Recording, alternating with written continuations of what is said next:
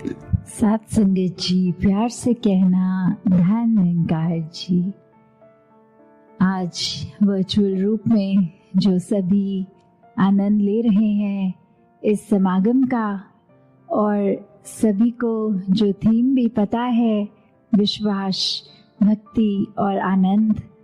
की है, तो ये विश्वास क्या है, ये भक्ति क्या है, और जीवन में भक्ति करते हुए ये आनंद की अवस्था को कैसे प्राप्त किया जा सकता है। तो ये एक जर्नी, एक रास्ता अगर हम देखें कि एक इंसान के जीवन में ये कैसे पड़ाव हैं, तो सबसे पहले तो हम अगर देखें तो ये विश्वास कैसे आ सकता है। विश्वास तो उस चीज़ पर भी होता है जो या तो कोई हाइपोथेटिकल भी अगर हम बात करें तो उस पर विश्वास तब तक नहीं बैठ पाता जब तक साक्षात वो चीज़ नहीं देख पाते। तो उसी तरह ये जो ब्रह्म ज्ञान है, तो ब्रह्म ज्ञान के ही जीवन में आने से ये विश्वास आना इस प्रभु परमात्मा पे, और ये भक्तिमय जीवन की यात्रा आनंद से जिए जाती है।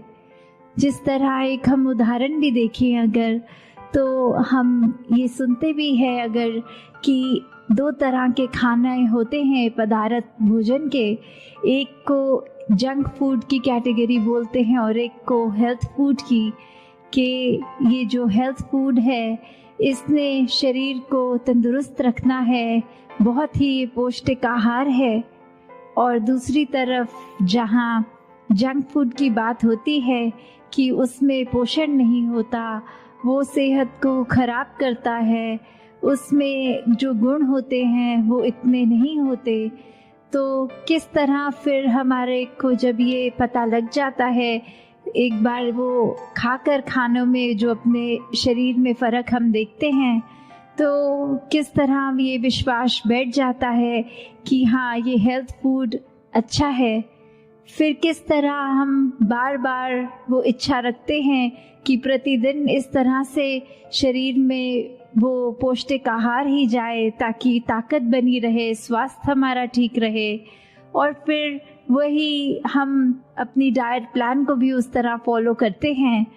तो ये विश्वास जब आ गया कि इस प्रकार का भोजन अच्छा है, फिर उस भोजन की भक्ति हो गई। उसको बार बार हम हर समय कोशिश यही कि उसके साथ हम जुड़े रहें उस भोजन के, और फिर ये जो बेनिफिट दिखता है शरीर पे, वो एक भक्ति करते हुए वो एक चाहे ग्रहण कर रहे हैं उस तरह का ही खाना, फिर ये कैसे आनंद की अवस्था वो हमें दिख रहा है रिजल्ट अपने शरीर पे। तो उस तरह ही देखिए अगर हम, तो ये विश्वास है, और विश्वास के साथ भक्ति के साथ ही आनंद की अवस्था इस जीवन में हम परमात्मा को प्राप्त करके कर सकते हैं। और अगर हम विश्वास शब्द को देखें तो इसमें अगर दो नज़रिए के साथ देख सकते हैं कि ये विश्वास हो गया कि पूरा भरोसा, और अगर इसको स्प्लिट करके अलग तरीके से देखें तो विष का वास, मतलब जहर, विष। तो वो हम अगर उस तरह देखें तो एक विश्वास और एक अंधविश्वास, तो कैसे हम अपने जीवन में एक उस तरह तो चले जहाँ विश्वास तो है, पर जब अंधविश्वास की बात आती है वहीं भ्रम होते हैं, वहीं डर होता है, वहीं इल्यूजन्स आ जाती हैं जीवन में। तो कैसे हमने वो एक अंधविश्वास नहीं पर विश्वास पे टिकना है, विश्वास को मजबूत करना है, क्योंकि जब मन में ये जहर आ गया तो फिर तो कुछ होते हुए भी वो ना होने के बराबर है। फिर मन के अहंकार प्रबल होते जाएंगे, मन में और बुरे ख्याल होते जाएंगे।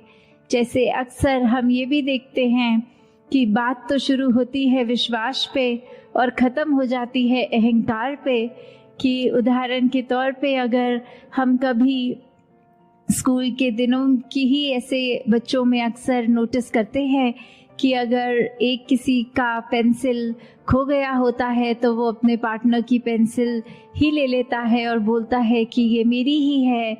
और फिर वो दूसरा बच्चा अगर एक एक्सप्लेन भी करे कि नहीं ये मेरी है, तो वो पहला स्टूडेंट इतने कॉन्फिडेंटली उसको अपनी ही मान के कि मेरे पेंसिल बॉक्स में थी अब नहीं है तो यही होगी, और फिर जब घर जाके देखता है तो अपने बैग के दूसरी जगह से अपनी ही पेंसिल मिल जाती है, तो उस समय तो वो विश्वास था कि ये दूसरे की नहीं मेरी है। और घर आके भी अगर देखा अपनी वस्तु जब मिल गई तो फिर ये अहंकार मन में आ गया कि अगले दिन स्कूल जाके किस तरह वो माफ़ी तो मांगी नहीं जाएगी। वो अहंकार ने इतना मन में गलत होने के बावजूद भी एक असर इस तरह छोड़ा कि अब अपने दोस्त के आगे जाके कैसे कह दें कि आप सही थे हम गलत थे। तो मन में अक्सर जहाँ विश्वास हो तो उसको उस तरह से ही मन में रखा जाए कि इसने हमारी एक अच्छी नियत का एहसास करते हुए एक इंटेंशन जो साफ, एक प्योर हार्ट, उसके साथ परमात्मा पे जहाँ ये यकीन करना है, ये फेथ होना है, विश्वास होना है, वहीं ये पूरे ब्रह्मांड की हर चीज़ ये विश्वास पे ही टिकी है।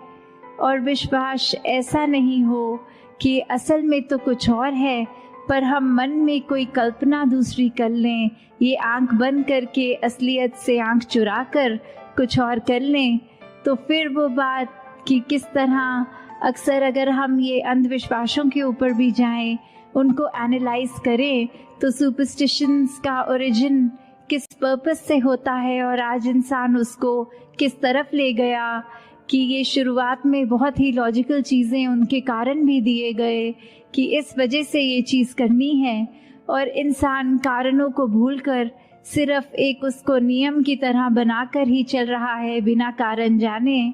और ऐसे ही हमारे जीवन में भी फिर बहुत वो बढ़ाव आते हैं जहाँ किसी चीज़ का करने का उद्देश्य पता नहीं, उसको करने चलते हैं, मन में विश्वास भी रखते हैं, और कब वो विश्वास फिर एक नेगेटिव तरह से हमारे ऊपर ही हावी हो जाता है। तो विश्वास जब आए इस परमात्मा पे तो भक्ति है। तो ये भक्ति भी अब क्या है, भक्ति कुछ ऐसी नहीं करनी कि पूरे ही आसपास के वातावरण, व्यक्ति या किसी और चीज़ से अपने आप को काट लेना है, कहीं अपने आप को कमरे में बंद करके अपने नेचर को सही करना है, अपनी लगन को पक्का करना है। ऐसी भक्ति अगर करेंगे तो वो तो कुछ समय तक ही हो पाएगी, पर भक्ति तो वो होनी चाहिए जो हर श्वास में होती है। और हर श्वास में भक्ति अगर है तो हमें अपनी लाइफ की एक्चुअल सिचुएशन से भागना नहीं है, वो तो जिस प्रकार की हैं उसमें रहते हुए भक्ति करनी है। और जब ये करना आ जाता है तो आनंद भी इस जीवन में साथ ही उतर जाता है। फिर वो वेट नहीं करनी पड़ती कि भक्ति की हम सीढ़ी चढ़ रहे हैं और उसके बाद एज अ रिजल्ट आनंद आएगा। नहीं, वो भक्ति करते हुए, वो हर पल सांस लेते हुए, वो आनंदित होकर ही वो हर सांस का एहसास इस परमात्मा से जुड़ के होगा। तो हमें कैसे अगर देखें भी कि एक विश्वास की बात जब आती है, अक्सर इंसानों में भी देखा जाए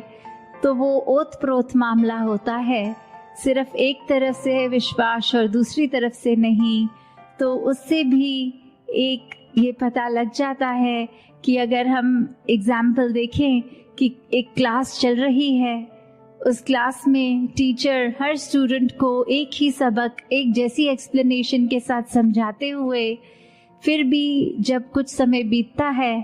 तो एक टेस्ट का टाइम आता है। और वो टेस्ट क्यों? वो टेस्ट इसी का प्रमाण, विश्वास का, कि जितनी शिद्दत से वो टीचर ने स्टूडेंट्स को पढ़ाया, क्या उसी तरह वो स्टूडेंट्स भी परीक्षा में पास हो रहे हैं। वो टीचर के ऊपर, जो टीचर ने स्टूडेंट्स पे विश्वास किया, वही सबक को एक सच्चाई मान के क्या स्टूडेंट्स भी वो रेसिप्रोकेट कर रहे हैं। और अगर इसको दूसरे नज़रिए से भी देखे जाएं तो शायद टीचर्स को पहले ही पता होता है कि कौन सा स्टूडेंट अच्छी तरह परफॉर्म करेगा और कौन नहीं करेगा। तो वहाँ बात ये विश्वास ना होने की भी आती है कि अगर विश्वास पता है एक किसी बालक पे नहीं है तो वो क्यों नहीं है, क्योंकि टीचर को हमेशा पता है वो क्लास में अटेंटिव नहीं है, वो अपनी असाइनमेंट्स ठीक समय पे सबमिट नहीं कर रहे, वो रुचि एक पढ़ाई की तरफ है ही नहीं। तो उससे एक एंटिसिपेशन एक टीचर की भी बन जाती है कि चाहे अपनी तरफ से तो एक जैसा एक समान ही हर एक को सबक दिया, पर कैसे हर एक ने उसको परसीव अपनी अपनी सहूलत से, अपनी अपनी इंटेंशन से, अपने एक क्षमता के अनुसार करा है। तो उसी प्रकार अगर हम ये देखें कि ये परमात्मा तो हमें इतना हर पल दयाल होके सब कुछ देता जा रहा है, हर पल में इतनी रहमतें हैं, तो हम उसको किस तरह वो रहमतों को अपने अंदर सोख कर रहे हैं, अपने अंदर वो बसने दे रहे हैं। दासी ने एक जगह कहीं पढ़ा कि एक कोट की तरह लिखा हुआ था कि एक भक्त की अरदास होती है शुक्राना और तुम्हारी शिकायत, कि अगर हम एक भक्त को देखें कि किस तरह भक्त ने तो हर श्वास में अगर अरदास भी करनी है परमात्मा से तो इस तरह ही करनी है कि जो है बहुत अच्छा है, बहुत अच्छा किया है। और उस यही पैरामीटर होता है कि पहचानने का, चाहे देखने में सब इंसान हैं पर अंदर भक्त कौन है। भक्त वही जो कभी परमात्मा को कोसता नहीं, भक्त वही जो कभी ये नहीं मानता कि परमात्मा ने कुछ भी अधूरा दिया है। भक्त हमेशा संतुष्ट होता है। भक्त ने तो हमेशा एक अपने आप को इस परमात्मा में उस तरह फ्लोट करते हुए एहसास करना है कि इसी के रंग में रंगे हैं, जिस रंग रखे वो ही रंग अच्छा। ये परमात्मा के हाथ हम कठपुतली समान हैं, चाहे हमारे अनुसार वो आबादी की तरफ हम सोच रहे हैं कि हम प्रफुल्लित हो रहे हैं या एक आबाद और बर्बाद वाली बात। तो किस तरह एक हम अगर सच्चे भक्त हैं तो फिर मन में ऐसा होगा ही नहीं कि कहीं परमात्मा को हम उस नज़रिए से देखें कि कुछ एक जिस पे विश्वास टूटने वाली बात आए, क्योंकि ये विश्वास भी अगर टूट रहा है तो उसका कारण हम ही हैं। अक्सर हम ऐसे भी कर लेते हैं कि सोच लेते हैं कि क्यों ना परमात्मा का ही टेस्ट लिया जाए और अपनी सिचुएशन के अकॉर्डिंगली मन में ही धारणा बना लेते हैं कि यदि हम ये करेंगे और एज अ रिज़ल्ट ये होगा तो परमात्मा है, तो परमात्मा सच्चा है। जहाँ हम आस्था रखते हैं वो एक सच्चा दर है। पर अगर ऐसा नहीं तो उसी समय वो एक नास्तिक की अवस्था को अपना लेते हैं। तो कैसे एक हर बार हम जब ये सोचेंगे कि परमात्मा का हमने टेस्ट लेना है और परमात्मा ने हमारे अनुसार वो रिजल्ट्स देने हैं, तो हम खुद ही देख लें कि हम भक्ति से तो कोसों दूर हैं ही, पर साथ में किस तरह हम अपने ऊपर भी वो विश्वास अभी नहीं कर पा रहे। हम एक ब्रॉडर पर्सपेक्टिव देख ही नहीं पा रहे। हम अपने छोटे वो तंग दिल्ली में ही फंसे हुए हैं। तो आनंद की अवस्था से तो हम अभी बहुत ही दूर हैं। मन में हमारे कुछ भी हो, अगर हम एक उसकी बात करते हैं कि कोई खाली जगह जब हम देखें और एक भरपूर जगह कि जीवन में हमारे अंदर कितनी अच्छाइयाँ या एक सामने वाले की कितनी ही ज़्यादा अच्छाइयाँ दिख रही हैं, पर अपने जीवन में एक चीज़ की इच्छा जो हम रख रहे हैं और वो ही चीज़ अगर नहीं है तो हमारा नज़रिया उस पे नहीं जाता कि क्या क्या है हमारे पास, पर उस पे जाता है कि क्या नहीं है। और फिर हम उसको एक माइक्रोस्कोप लेंस जो बोलते हैं कि इतने बारीकी से देखने लग जाते हैं कि जो कुछ है उसको नज़रअंदाज कर देते हैं, जो नहीं है फिर नज़दीक से तो हर चीज़ में कमी दिख ही जाती है। फिर एक पूर्णता तो हमें दिखेगी नहीं, हमें अपने जीवन में लगेगा ही नहीं कि एक ये चीज़ ना होने की वजह से पूरा जीवन ही खराब लगता है। तो जहाँ अपनी हर वस्तु को जो दातार ने ये एक रहमत की तरह झोली में डाली है, अगर कुछ नहीं है तो उस पे ध्यान ना दें, क्योंकि अगर ध्यान देना ही है, एक बारीकी से कुछ टटोलना ही है, तो वो अपने अंदर अपने मन को बारीकी से देखा जाए कि किस तरह मन का तो इस दातार ने नेचर ऐसा बनाया था कि हम अपने अंदर झांकें। मन इसलिए कि जो फील कर रहे हैं खुद अपने आप को कैसे ठीक करें, एक अपने मन से जो एहसास कर रहे हैं वो हमें अंदर से कितना मजबूत, कितना स्ट्रॉन्ग और कितना मुश्किल घड़ियों में भी किस तरह उसको हम पॉजिटिव रख सकें। पर मन ने कहीं ये माया के चक्कर में अपना नेचर ऐसा बना लिया है कि उसको बाहर की ओर देखने लग गए हैं हम औरों की तरफ, हम कमियों की तरफ। तो जहाँ मन का काम अंतर का एक अपना हमें दृष्टिकोण, एक नज़रिया, हमारे अंदर क्या चल रहा है वो इंट्रोस्पेक्शन, उसके लिए काम आना था, पर वो हम दूसरों के लिए नफरत, निंदा और ऐसे अनेकों एक खराब सोच देकर मन में उससे हर दिन जब उपयोग कर रहे हैं मन का, तो फिर वो एक नेगेटिविटी की ओर, एक चंचलता, एक हर तरह का हम उसमें एक दोष डालते जा रहे हैं। तो कैसे अपने मन को जब हम साफ रखते हैं, और मन साफ रखने का सबसे आसान तरीका ये भक्ति में तो सेवा है, सिमरन है, सत्संग है, कि जब इस निरंकार से जुड़ गए हैं तो फिर ये आनंद अपने आप जीवन में उतरता है। हर पल मन बहुत ही शांत, बहुत ही स्थिर, सहज भाव में, एक जो कहते हैं कांस्टेंट ब्लिस जो है, एक खुशी, उस तरह एक कभी भी वो एक्सट्रीम निराशा की फीलिंग नहीं होती। तो कैसे हमने हमेशा अपने जीवन में जहाँ हर पल कोशिश करनी है कि इस परमात्मा पे ये विश्वास हमारा पूरा रहे, वहीं साथ ही साथ कैसे भक्ति को किया जाए और वाकई ही भक्ति क्या होती है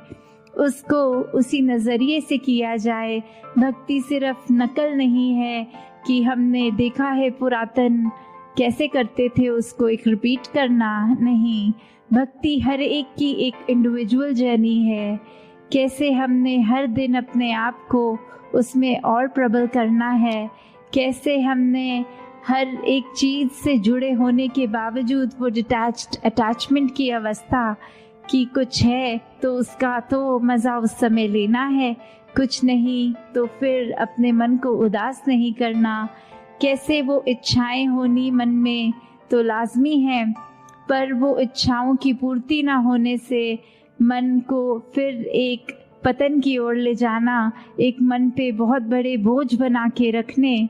तो भक्ति तो फिर समर्पित होकर ही हो सकती है। जब इच्छाएं इतनी आ जाती हैं तो फिर भक्ति उस समय मजबूत नहीं रह पाती। अगर इच्छाएं पूरी ना हों तो भी अपने आप को हम एक पक्का कर लें